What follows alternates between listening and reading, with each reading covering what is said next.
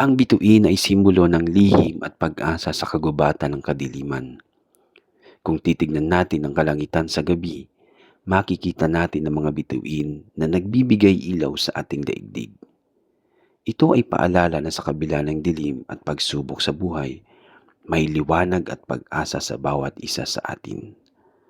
Ang mga bituin ay hindi lamang mga simpleng ilaw sa kalangitan, kundi mga pangarap na nagbibigay inspirasyon sa atin na magpatuloy, mangarap, at abutin ang mga mataas na layunin. Kaya tandaan, ikaw rin ay isang bituin na may kakayahang magliwanag sa madilim na kagubatan ng buhay. Huwag mong pigilin ang iyong liwanag at patuloy na magningning hanggang sa marating mo ang tagumpay.